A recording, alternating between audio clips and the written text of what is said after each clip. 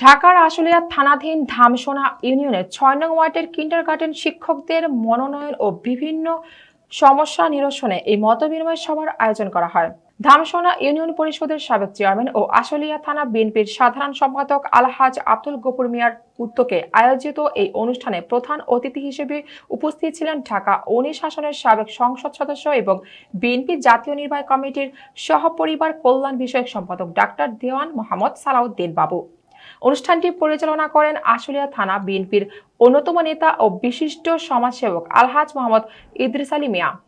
এ সময় উপস্থিত ছিলেন আশুলিয়া থানা বিএনপির সহসভাপতি মোহাম্মদ আমিনুল ইসলাম পিয়ার আলী, বিএনপি নেতা রুবেল ভুঁইয়া, ধামসোনা ইউনিয়ন বিএনপির সহসভাপতি মোহাম্মদ করিম, ৬ নং ওয়ার্ডের সভাপতি মোহাম্মদ মোর্শেদ মোল্লা, বিএনপির নেতা মোহাম্মদ কামাল হোসেন মিয়া, সাংগঠনিক সম্পাদক মোহাম্মদ মাহবুবুর রহমান সহ আরো অনেকে।